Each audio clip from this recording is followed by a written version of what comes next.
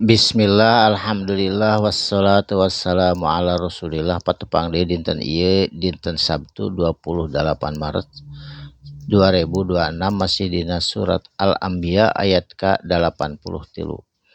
A'udzubillahi minasyaitonirrajim. Bismillahirrahmanirrahim.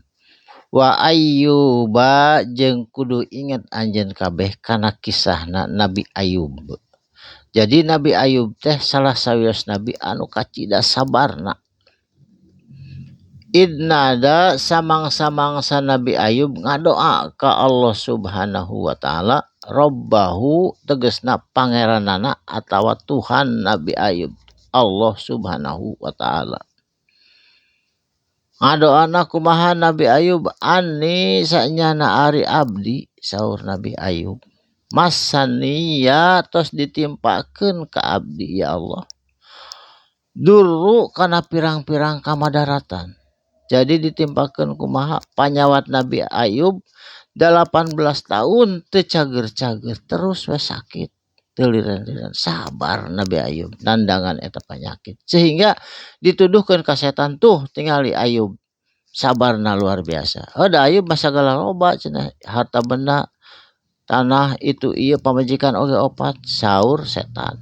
Ketika Allah nyobi deui ka Nabi Ayub teh ngadak-ngadak kahuruan bumina sadayana seep, putrana sadayana nu aya garering mararaot, istrina nu tilu menta talak kantun hiji. Nabi Ayub ngadoa ka Allah, ya Allah abdi dipaparin sadaya ieu mudarat abdi nampi ya Allah. Saur Kangjeng Nabi Ayub, wa anta jeung ari anjeun ya Allah, saur Nabi Ayub, Arhamur Rahimin anu welas asih di antara anu asih. Teu aya deui angin Allah anu welas asih, saur Nabi Ayub. Memang leres kitu ayana. Saterasna, fastajabna mangka tuluy ngijabahna kami, saur Allah, lahu ka Nabi Ayub lantaran doana anu teu lilen-lilen ka Allah.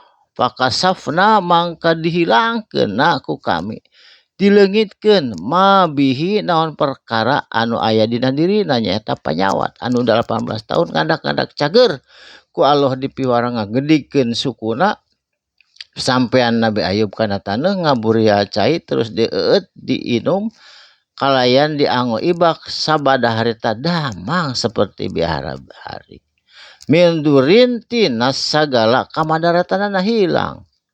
Saterasna, wa atainahu jeung dipaparin anugerah ku kami, saur Allahu ka itu Nabi Ayub, wa ahlahu jeung ka keluargana Nabi Ayub, wa mislahum jeung semisa anu barato leungit nyaeta putra istri Nabi Ayub teh ngadak-ngadak hamil deui anu hiji deui teh eta nu teu menta talak, barudak baranahan deui, harta benda ngumpul deui, nikmat deui Nabi Ayub, sehat wal afiat tina kasabaranana. Ma'hum sartana itu maranehanana keluarga Nabi Ayub. Rahmatan eta teh rahmat ti Allah Subhanahu wa taala, min indina ti sisi kami, saur Allah, eta teh rahmat.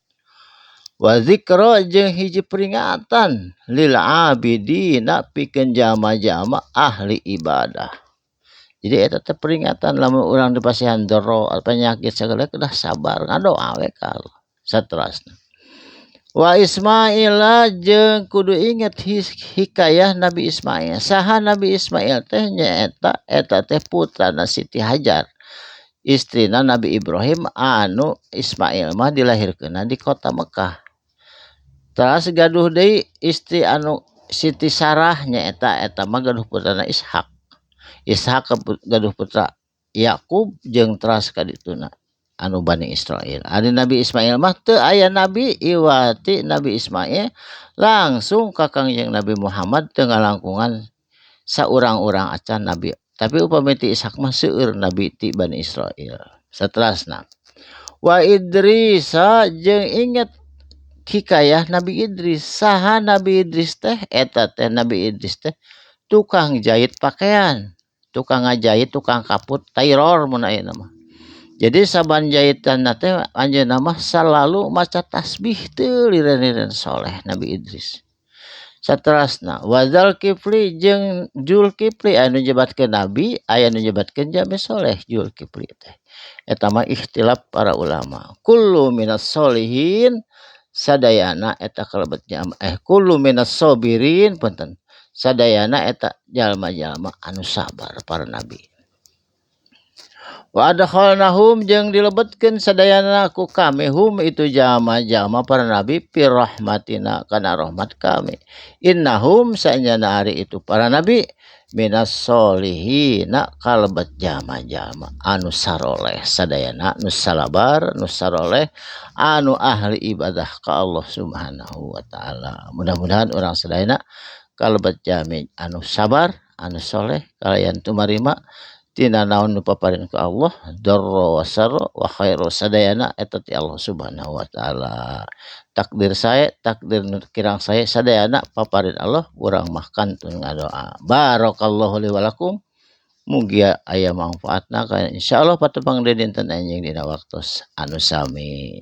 Jazakallahu khairan katsiran. Shadaqallahul adzim. Wassalamu alaikum warahmatullahi wabarakatuh.